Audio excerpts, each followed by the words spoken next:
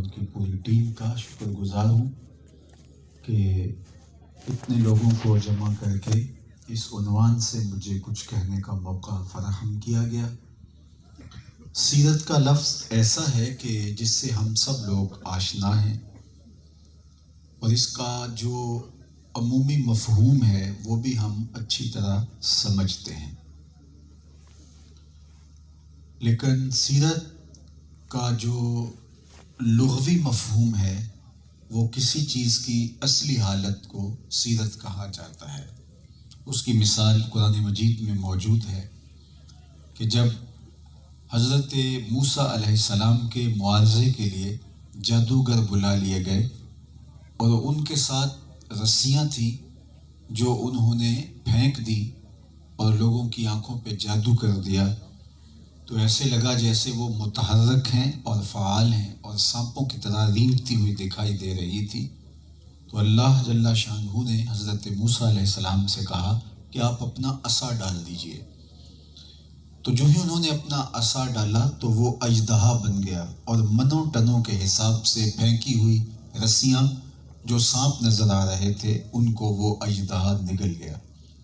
پھر اس کے بعد کہا کہ اب اس کو اٹھا لیجئے جو آپ نے عصا پھینکا تھا، اور اب اژدہا بن کے ساری رسیوں کو نگل رہا ہے جو سانپوں کی شکل میں ہے، اس کو اٹھا لیجئے۔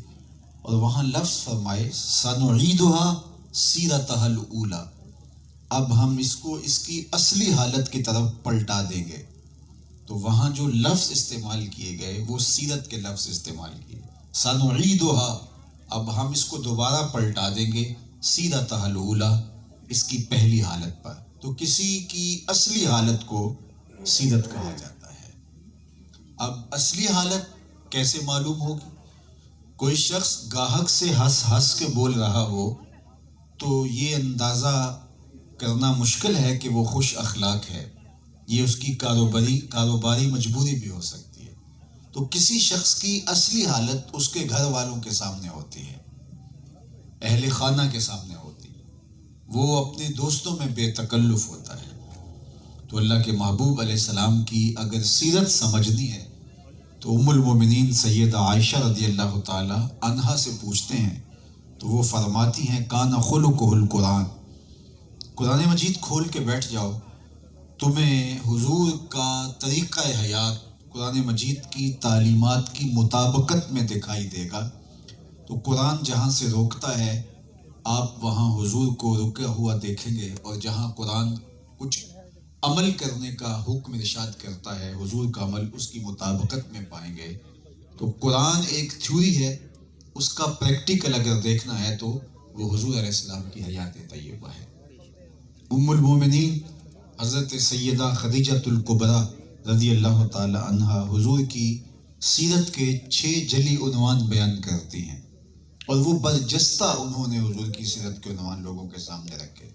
جب پہلی وحی نازل ہوئی تو اس کے اثرات حضور کے قلب اطہر پر، حضور کے جسم انور پر ظہور پذیر ہوتے ہیں۔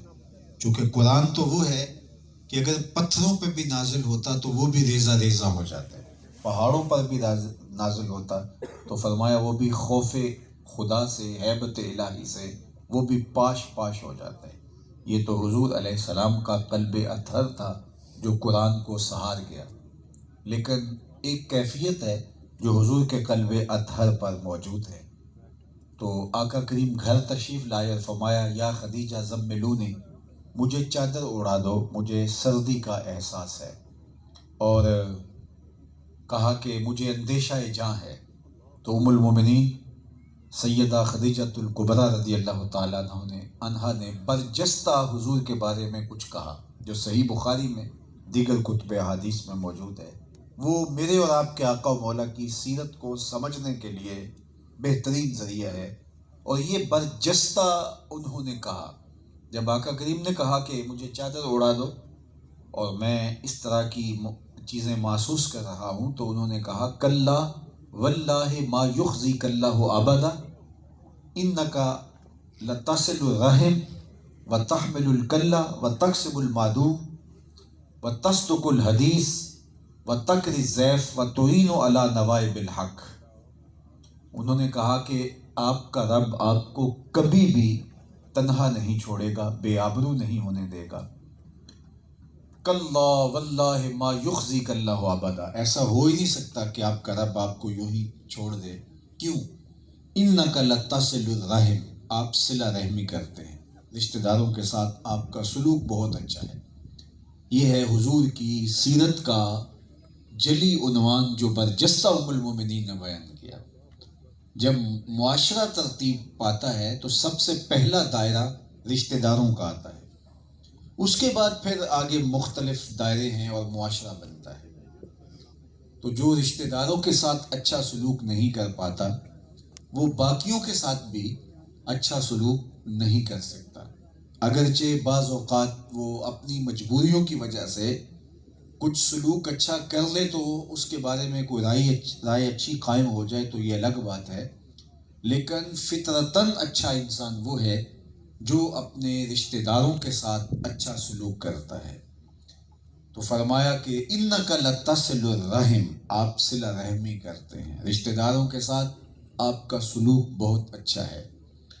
رشتہ داروں کے تلخ رویوں کے باوجود اور ان کے کھردرے انداز کے باوجود ان کے ساتھ اس نے سلوک، یہ کسی شخص کی سیرت کا نمایاں پہلو ہے. اگر رشتہ دار اچھا سلوک کر رہے ہوں تو اس کے جواب میں اچھا سلوک کیا جائے، یہ تو کوئی بھی کر سکتا ہے. لیکن ان کا سلوک اچھا نہ ہو، رویے تلخ ہوں اور ان کا انداز بہت ہی نازیبا اور کھردرا ہو، لیکن اس کے باوجود اس رشتہ داری کا لحاظ رکھتے ہوئے، صلہ رحمی کو ملحوظ رکھتے ہوئے، اللہ اس کے رسول کی احکام کی بجا آوری کے لیے پھر بھی اچھا سلوک کرنا، یہ کسی شخص کی سیرت کا حسن ہے اور اس کی سیرت کا جمال ہے. فرمایا اگر تم چاہو کہ تمہاری عمر میں برکت ہو اور رزق میں اضافہ ہو تو رشتہ داروں کے ساتھ سلوک اچھا کرو. ان کے تلخ رویوں کے باوجود بھی ان کے ساتھ تمہارا رویہ اچھا ہونا چاہیے. بہترین صدقہ وہی قرار دیا گیا ہے کہ جو ناراض رشتہ دار کو کیا جائے. جب وہ پھنس جائے، مصیبت میں ہو اور وہ ہر وقت آپ کو گرانے کے چکر میں رہتا ہو اور آج وہ مصیبت میں آ گیا ہے تو نفس کبھی بھی نہیں کہتا کہ اس گرے ہوئے کو اٹھایا جائے. نفس کہتا ہے یہ تو میرا دشمن ہے، اچھا ہوا کہ یہ گر گیا اور اس کو تو اب کچل دیا جانا چاہیے. لیکن اس کو اگر آپ صدقہ دیتے ہیں یا اس کی ضرورت پوری کرتے ہیں، اس کو کھڑا کرتے ہیں تو آپ کا نفس کبھی بھی آپ کا ساتھ نہیں دے گا. اور اسی لیے اس کو بہتر صدقہ قرار دیا گیا، اس لیے کہ یہ نفس کی مخالفت مول لے کے پھر صدقہ کیا گیا ہے، اس کو بہترین صدقات میں شمار کیا گیا ہے. تو رشتہ داروں کے ساتھ اچھا سلوک یہ حضور کی سیرت کا جلی عنوان ہے. حضرت عبداللہ ابن سلام رضی اللہ تعالیٰ عنہ یہ جب ایمان لائے تو اس سے قبل کا واقعہ خود سناتے ہیں، کیونکہ یہ یہودی تھے اور یہودیوں کے بہت بڑے احبار تھے. حضرت یوسف علیہ السلام کی اولاد سے تعلق تھا. جب آقا کریم مکے سے ہجرت فرما کے مدینہ تشریف لائے تو یہودیوں کا ہی تغلب تھا، سیاست میں بھی اور کاروبار میں بھی. تو انہوں نے کہا کہ اگر لوگ ان کے گرد جمع ہو گئے تو ہمارا سارا کھیل نہ بگڑ جائے. تو انہوں نے حضور علیہ السلام سے باقاعدہ مناظرہ کرنا چاہا، اور عبداللہ ابن سلام جو کہ پڑھے لکھے تھے، بات کرنے کا ڈھب اور سلیقہ جانتے تھے، تو انہیں کہا جاؤ تم جا کے ان سے بات کرو. تو یہ 100 سوال اپنے خانہ ذہن میں ترتیب دے کے حضور کی خدمت میں مناظرہ کرنے کے لیے پہنچے. اور مجلس لگی تھی، ہجوم عاشقاں تھا، اور یہ جا کے پیچھے بیٹھ گئے کہ موقع ملتا ہے اور میں بات کرتا ہوں. لیکن جو ہی بیٹھے تو ان کو یہ لگا کہ وہ جو گٹھڑی باندھ کے سوالوں کی لایا تھا اس کی تو گرہیں ڈھیلی ہونے لگی ہیں، اور پھر وہ گٹھڑی کھل جاتی ہے اور سارے سوال تتلیوں کی طرح اڑ جاتے ہیں. سودا لینے کے لیے بازار گئے، ہاتھ اس کے بکے جس کے خریدار گئے. عبداللہ ابن سلام حضور کی مجلس میں بیٹھے حضور کا چہرہ تکتے رہے. خیر جب مجلس اختتام کو پہنچی تو حضور نے فرمایا عبداللہ ابن سلام آؤ، کدھر آئے ہو؟ تو کہا حضور میں آپ کا غلام بننے آیا ہوں، تیری تک کے دامہ میں مرید ہو گئے. کہا حضور میں تو آپ کا نوکر بننے آیا ہوں. تو انہوں نے حضور کے ہاتھ پہ بیعت اسلام کر لی. اب وہ جو یہودی دعائیں مانگ رہے تھے ہمارا مناظر گیا ہے جیت کے آئے، تو جب ان تک یہ خبر پہنچی کہ وہ تو دل ہار بیٹھا ہے تو انہیں بڑا دکھ ہوا، اور وہ عبداللہ ابن سلام کے گھر پہنچے اور کہا تو نے یہودیت کی ناک خاک آلود کر دی، تو نے کوئی سوال کیا ہوتا انہوں نے جواب دیا ہوتا ہم سمجھتے ایک عالم تھا، علمی پیاس بجھ گئی اور مان گیا، لیکن تم نے کوئی سوال بھی نہیں اٹھایا، انہوں نے کوئی جواب بھی نہیں دیا اور تم نے ایسے ہی مان لیا۔ تو عبداللہ ابن سلام کہتے ہیں کہ یہ بات میری سمجھ میں بھی نہیں آئی، جب میں اس پیارے محبوب کے چہرے کو دیکھا عرفت ان وجہہ لیس بوجہ کذاب، تو میں نے جان لیا یہ چہرہ کسی جھوٹے کا ہو ہی نہیں سکتا ہے۔ اب عبداللہ ابن سلام رضی اللہ تعالیٰ عنہ فرماتے ہیں کہ اس ملاقات میں حضور علیہ السلام نے جو گفتگو ارشاد فرمائی وہ یہ تھی سل من قطعک وعط من حرمک، جو تم سے قطع تعلقی کرے تو اس سے تعلق جوڑ، اور جو تجھے محروم رکھے تو اس کی جھولیاں بھر دے۔ تو گویا صلہ رحمی کی تعلیم یہ اسلام کی بنیادی تعلیمات ہیں، اور معاشرہ مضبوط ہی تب ہوتا ہے جب رشتہ داریاں مضبوط ہوتی ہیں۔ ہماری رشتہ داریاں کمزور ہو گئی، ہم ایک دوسرے کو برداشت کرنا چھوڑ گئے ہیں۔ یہ بات میں اچھی طرح جانتا ہوں کہ بعض رشتہ داروں کے تلخ رویے اس قدر دردناک ہو جاتے ہیں کہ وہ کھا جانا چاہتے ہیں، لیکن اس کے باوجود بھی ہمارا رویہ ان کے ساتھ ایسا نہیں ہونا چاہیے۔ اگر ان کے تلخ اور کھردرے رویے کے مطابق ہمارا رویہ بھی ایسا ہو گیا تو پھر ہمارے اور اس میں کوئی فرق نہیں رہے گا۔ اس لیے حضور کی سیرت دیکھیے، آقا کریم کے رشتہ داروں نے حضور کے ساتھ کیا کیا، کوڑا لا کر کے سارے گھر کا حضور کے گھر کے سامنے پھینک دیتے، اور آقا کریم نماز میں ہوتے تو اوجریاں ڈال دیتے، حضور علیہ الصلوۃ والسلام حالت سجدہ میں ہوتے، اذیتیں دیتے، آوازیں کستے، تبا لکا ہنالک سائر الیوم الہذا جمعتنا، یہ ابو لہب نے کہا تھا جس کی مذمت میں سورۃ اللہب نازل ہوئی، اور یہ رشتے میں سکا چچا لگتا تھا، لیکن اس نے اتنا سخت جملہ حضور علیہ السلام کے لیے کہا۔ لیکن اللہ کے محبوب علیہ السلام جب فاتح بن کے مدینہ سے مکہ المکرمہ آئے اور 10,000 کا لشکر حضور کے سامنے تھا، تو یہ سارے تھر تھر کانپ رہے تھے اور انہیں لگتا تھا آج گردنیں کٹیں گی، لیکن حضور علیہ السلام نے بلایا سب کو، جمع کیا، کہا بتاؤ میں تمہارے ساتھ کیا سلوک کروں۔ تو یہ سارے رشتہ دار کھڑے تھے، قریش کے لوگ تھے، انہوں نے کہا آپ کریم باپ کے کریم بیٹے ہیں، ہم آپ سے خیر کی توقع رکھتے ہیں، اور ان کا خیال یہ تھا کہ چلو گردنیں کٹنے سے بچ جائیں، شہر بدر کر دیا جائے، اس کے لیے وہ ذہنی طور پہ تیار تھے، لیکن ان کی آنکھیں پھٹی کی پھٹی رہ گئی، ان کی سماعتوں کو یقین نہیں ہو رہا تھا کہ واقعتاً یہ فرما رہے ہیں۔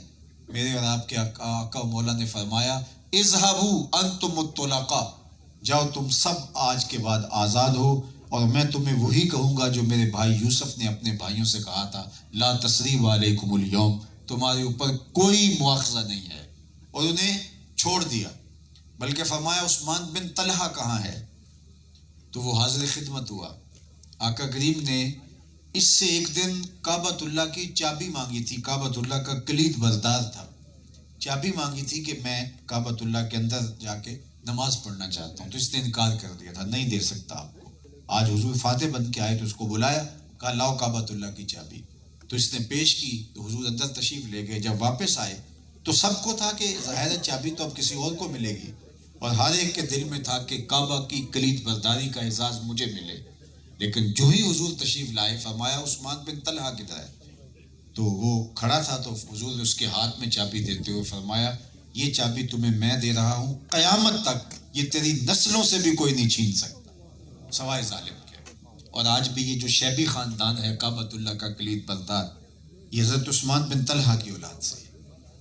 تو یہ حضور کا انداز کرم تھا، صلہ رحمی کا رنگ تھا۔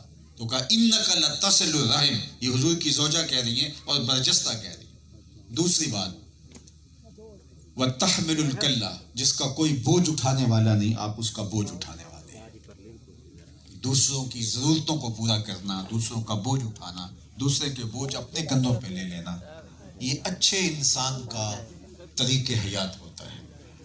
اور اس کے ساتھ جڑی ہوئی قریب المفہوم دوسری بات ام المومنین نے کہی وَتَقْسِبُ الْمَعْدُومِ، جس کا کوئی کمائی کرنے والا نہیں، اس کے لیے آپ کماتے ہیں، اس کی ضرورت کو آپ پورا کرتے ہیں۔ اپاہج ہیں، کمزور ہیں، لاچار ہیں، اراملہ ہیں، مساکین ہیں، بیوگاہ ہیں، یتامہ ہیں، کثیر العیال ہیں، جن کا کوئی کمانے والا نہیں، اس کے لیے آپ کماتے ہیں کاروبار کر کے، ان کی ضرورت کو پورا کرتے ہیں۔ اپنے لیے جینا یہ تو سارے جیتے ہیں، اوروں کے لیے جینا کمال ہے۔ آپ نے درختوں کو دیکھا ہوگا، ہم ان سے سیکھ سکتے ہیں، وہ اپنی چھاؤں میں کبھی نہیں بیٹھے، خود دھوپ کی تمازت میں جلتے ہیں اور اپنے سائے میں آنے والوں کو ٹھنڈک فراہم کرتے ہیں۔ اپنا پھل انہوں نے کبھی نہیں کھایا، بھینس اپنا دودھ کبھی نہیں پیتی، وہ اوروں کو دان کرتے ہیں۔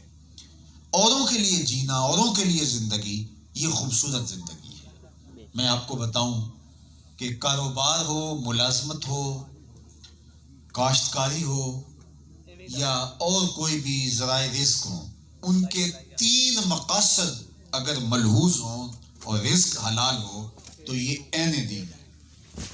سب سے پہلا مقصد رزق کمانے کا، وہ کھیتی باڑی سے ہو، مزدوری سے ہو، ملازمت سے ہو یا کاروبار سے۔ پہلا مقصد رزق کمانے کا اپنے آپ کو سوال کی ذلت سے بچانا، کیونکہ میری ضرورتیں میرے ساتھ جڑی ہیں، اور اگر میں کاروبار یا کوئی اور کام نہیں کروں گا تو مجھے اپنی ضرورتوں کی تکمیل کے لیے کسی کے آگے ہاتھ پھیلانا پڑے گا۔ تو جب بھی آپ کاروبار کرتے ہیں، سب سے پہلے یہ ملحوظ ہونا چاہیے۔ دوسری چیز، میرے زیر کفالت جو لوگ ہیں ان کی ضرورتوں کو پورا کروں۔ بچے ہیں، بوڑھے ماں باپ ہیں، اگر بہن بھائی ذمے ہیں تو ان کی ضرورتوں کی تکمیل، ان کی تعلیم ہے، ان کی رہائشی ضرورتیں ہیں، ان کی مادی ضرورتیں ہیں، ان کی غذائی ضرورتیں ہیں، ان کو پورا کرنے کے لیے یہ دوسرا مقصد ہے رزق کمانے کا۔ تیسرا مقصد رزق کمانے کا ہمارے ساتھ جڑا ہونا چاہیے کہ میرا اللہ مجھے میری ضرورت سے اگر زیادہ عطا کر دے، میرے زیر کفالت لوگوں کی ضرورت سے زیادہ عطا کر دے، تو میں معاشرے کے ان لوگوں کی مدد کروں گا جو کسی وجہ سے اپنی ضرورتوں کو پورا نہیں کر پا رہے۔ یہ 3 مقاصد ہوں اور رزق حلال ہو تو آپ تاجر ہیں۔ التاجر صدوق مع النبی یوم القیامہ، تو سچا تاجر قیامت کے دن پیغمبروں کے ساتھ اٹھایا جائے۔ الکاسب و حبیب اللہ، آپ کمائی کرتے ہیں، کسب کرتے ہیں، مزدوری کرتے ہیں، آپ کسب کرنے والے اگر ان 3 نیتوں کے استحضار کے ساتھ کسب کرتے ہیں تو اللہ کے محبوب علیہ السلام نے فرمایا کہ کسب کرنے والا اللہ کا محبوب ہے، اللہ کا حبیب ہے، اللہ کو وہ پیارا لگتا ہے۔ تو وہ کاروبار کرے یا وہ مزدوری کرے، وہ کھیتی باڑی کرے یا وہ پردیس کاٹے اور وہاں سے زر مبادلہ کما کے یہاں لائے، وہ اس کا عین دین بن جاتا ہے۔ حتیٰ کہ وہ جو کاروبار کرتے ہوئے ٹینشن لیتا ہے، وہ جو تکلیف اٹھاتا ہے، جو پریشانیاں اسے آتی ہیں، تو ان پریشانیوں کا بھی اس کو صلہ ملتا ہے۔ اور کاشتکار کی کھیتی سے جو چڑیا دانے اٹھا کے لے جاتی ہے، وہ بھی اس کے نامہ اعمال میں صدقے کی شکل میں لکھے جاتے ہیں۔ اگر ان 3 نیتوں کے استحضار کے ساتھ رزق کمایا جائے تو دوسرا مقصد اور تیسرا مقصد ہمیں ملحوظ اور پہلا مقصد ملحوظ ہونا چاہیے۔ ورنہ اگر مقصد کو اس سے بڑھ کر ہو گیا عیش و عشرت یا لوگوں میں تفاخر کرنا کہ میں بڑا امیر ہوتا ہوں، تو پھر اپنے آپ کو بھی اور اپنی آخرت کو بھی نقصان میں ڈالنے والی بات ہے۔ تو ان 3 مقاصد کے ساتھ کھربوں کمائیے، اربوں کمائیے، کروڑوں کمائیے، کوئی حرج نہیں ہے، اور ان مقاصد خیر کے ساتھ آگے بڑھیے، اللہ رحمتوں کے دروازے اور آسودگی اور برکتیں عطا فرمائے گا۔ تو یہ مقصد ہے، یہ مدعا ہے۔ وَتَقْسِبُ الْمَعْدُومَ، حضور کی سیرت کا عنوان ام المومنین نے بیان فرمایا۔ آپ اوروں کے لیے کماتے ہیں، اوروں کی ضرورتوں کا خیال رکھتے ہیں، دکھیوں کے کام آتے ہیں، جن کا کوئی کمانے والا نہیں، ان کی ضرورت کو آپ پورا کرتے ہیں۔ اللہ اکبر۔ اور پھر حضور کا انہوں نے چوتھا وصف بیان کیا، وَتَقْرِ الضَّيْفَ، اور آپ اونچے درجے کے مہمان نواز ہیں۔ مہمان نوازی یہ ایک اچھے شخص کا مزاج ہوتا ہے۔ مہمان اپنی قسمت کا رزق لے کے آتا ہے اور برکت چھوڑ کے جاتا ہے، اور مہمان کے ساتھ جو بیٹھ کے کھانا کھایا جاتا ہے اس کا حساب بھی نہیں ہوتا۔ اس لیے اچھے لوگوں کا شیوا ہے کہ انہیں خوشی ہوتی ہے کہ مہمان ہو اور اس کے ساتھ بیٹھ کے کھانا کھائیں۔ حضرت سیدنا ابراہیم علیہ السلام ساری زندگی کبھی ایسا نہیں ہوا کہ مہمان کے بغیر کھانا کھایا ہو۔ جب بھوک لگتی، کھانا تیار ہوتا تو باہر سے کوئی مہمان ڈھونڈ کے لاتے اور اس کے ساتھ بیٹھ کے کھاتے تاکہ مہمان کے ساتھ بیٹھ کے کھانے کی برکتیں انہیں نصیب ہوں۔ اللہ اکبر۔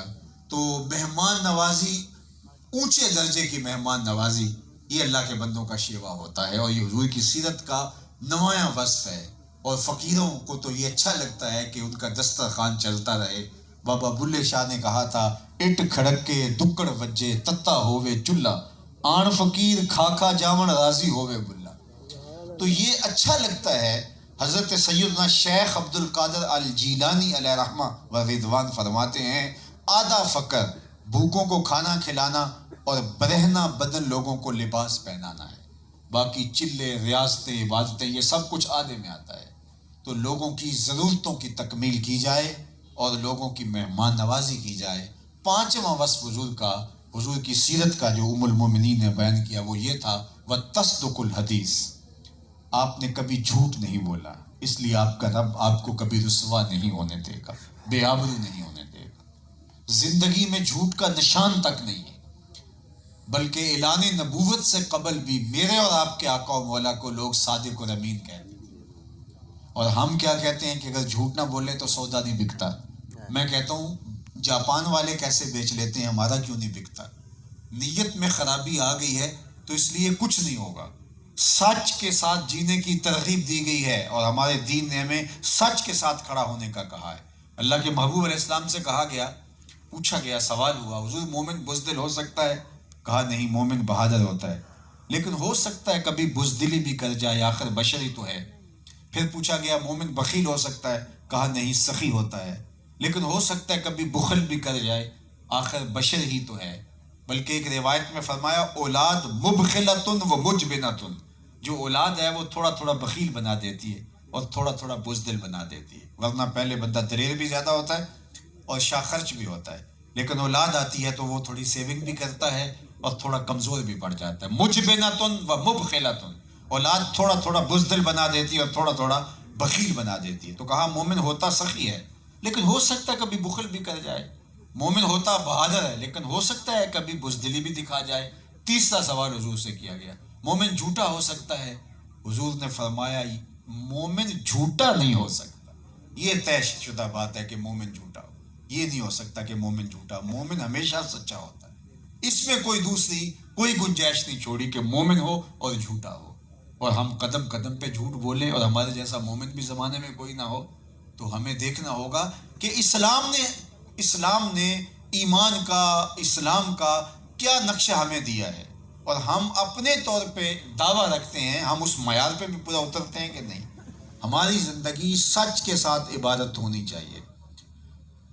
فرمایا گیا کہ جب کوئی شخص جھوٹ بولتا ہے تو اس کے منہ سے بدبو نکلتی ہے، جو عام لوگ تو نہیں سونگھ پاتے، لیکن اللہ کے حساس نورانی فرشتے اس کو سونگھتے ہیں اور ایک میل پیچھے ہٹ جاتے ہیں، اور اگر بندہ جھوٹ بولتا رہے تو فرشتے رحمت کے پیچھے ہٹتے چلے جاتے ہیں۔ اب مجھے بتائیے، ایک گھر میں باپ بھی جھوٹ بول رہا ہو، ماں بھی جھوٹ بول رہی ہو، بیٹے بھی جھوٹ بول رہے ہو، بیٹیاں بھی، بہویں بھی اور بچے بھی، تو مجھے بتاؤ اس گھر سے تو بدبو کے بھگوکے اٹھ رہے ہوں گے۔ تو اللہ کی رحمت کے فرشتے آئیں گے اس گھر میں، وہ تو ایک شخص کے جھوٹ بولنے سے میل دور ہٹ جاتے ہیں، تو فرشتے تو کوسوں دور ہو گئے، اور رحمت کے فرشتے رحمت لے کے آتے ہیں، تو رحمت گھر سے میں کیسے اترے گی؟ اب ہمارے گھر سے رحمت تو روٹ گئی، اس لیے کہ ہم ہر وقت جھوٹ بول رہے ہیں۔ ہم نے کیا سمجھا یہ جو بے برکتی ہے، کسی نے تعویذ ڈال دی ہے، کسی نے کالا جادو کر دیا۔ اب ہم دوڑے بابوں کے پاس، اور انہوں نے کہا تم تو ویلے سے آ گئے ہو، اگر تم نہ آتے تو یہ جادو چل جانا تھا اور تمہارا ککھ نہیں رہنا تھا۔ اور پھر ہر اتوار جا کے ان کے دربار پہ جو ہے وہ حاضری بھرنی پڑتی ہے۔ یہ ہم نے سوچا ہی نہ کہ جو برے تعویذ پڑے تھے وہ تو ہمارے جھوٹ کی نحوست کے تھے، وہ جو کالا جادو نہیں ہوا تھا، یہ بدبودار جادو تھا جو جھوٹ کی وجہ سے ہمارے اوپر ہو گیا، اور رحمت کے فرشتے روٹ گئے اور ہمارے گھروں سے دور ہو گئے، اور ہمارے گھروں میں نحوستیں اترنے لگی اور برکتوں کے راستے ہم نے خود ہی بند کر دیے۔ تو نتیجہ کیا تھا؟ نحوستیں ہی نحوستیں۔ تو ہم اپنی زندگی کو سچ کے ساتھ جوڑیں۔ میرے اور آپ کے آقا و مولا اعلان نبوت سے قبل بھی صادق اور امین تھے، بلکہ جب حضور نے کوہ صفا پہ سب کو جمع کر کے کہا، لوگوں اگر میں کہوں کہ پہاڑ کی دوسری جانب سے ایک لشکر آ رہا ہے جو تمہیں طاقت و تاراج کر دے گا، کیا میری بات مان لو گے؟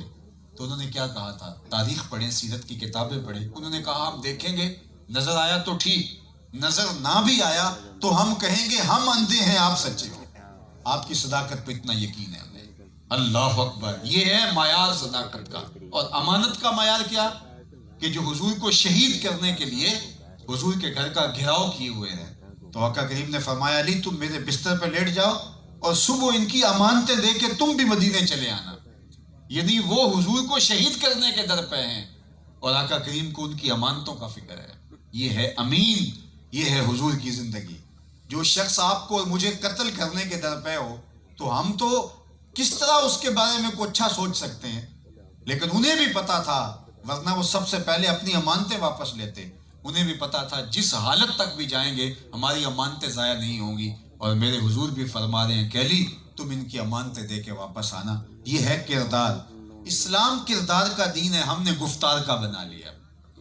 آج دنیا کے اوپر 1.70 کروڑ مسلمان بستے ہیں. صرف اپنا کردار ٹھیک کر لیں تو آدھی سے زیادہ دنیا آج مسلمان ہو جائے گی.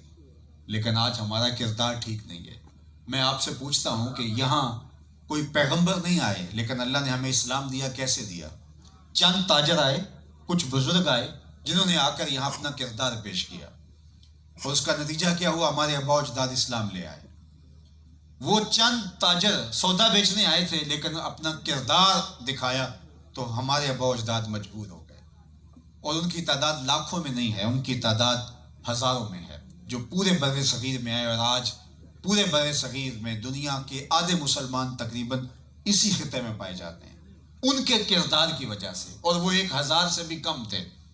اور آج یورپ میں، امریکہ میں، آسٹریلیا میں، دیگر بلاد عالم میں کہیں 10 لاکھ مسلمان ہیں، کہیں 15 لاکھ مسلمان ہیں، کہیں اس سے کم، کہیں زیادہ. اور وہاں جب ہم جاتے ہیں تو وہاں وہ لوگ ہمیں کہہ رہے ہوتے ہیں کہ دعا کرو ہماری اولادیں ان لوگوں کے فتنوں سے بچ جائیں اور ان کا دین محفوظ رہ جائے. یہ تو چند ہزار آئے تھے اور لاکھوں کو دین دے کے چلے گئے، اور ہم لاکھوں گئے ہیں دوسرے ممالک کے اندر اور ہماری اولادیں ان کا اثر قبول کر رہی ہیں. تو یہ ہمارے لیے سوچنے کی بات ہے کہ وہ کہاں تھے اور ہم کہاں کھڑے تھے. ہم گفتار ہیں، وہ کردار تھے.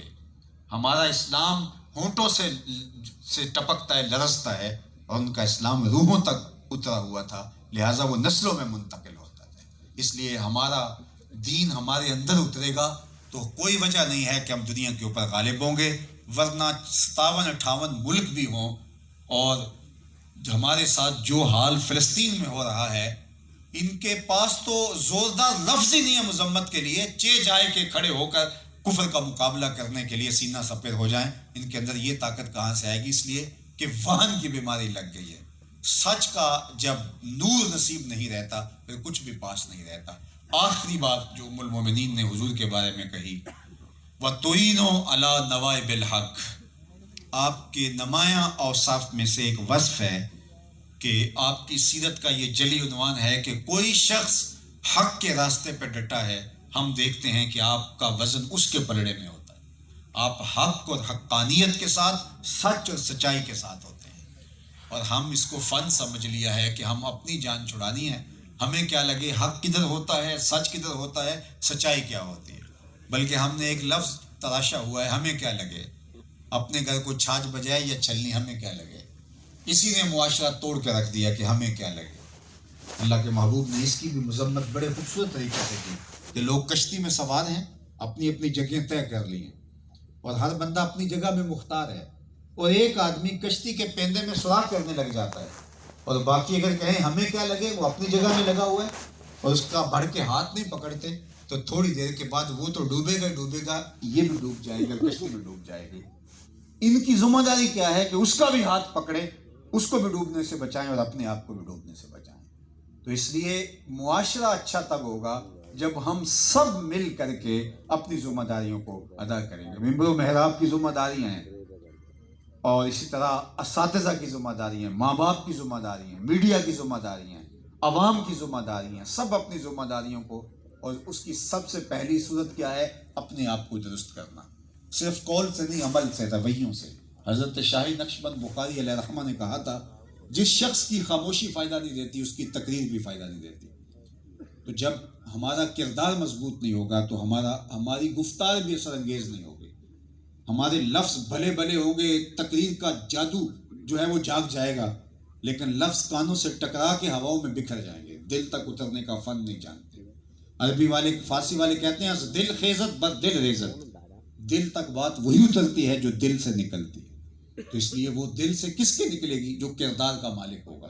تو مجھے اور آپ کو اپنے کردار کو مضبوط کرنا ہوگا، پھر اللہ کی رحمت بھی ہمارے ساتھ ہوگی.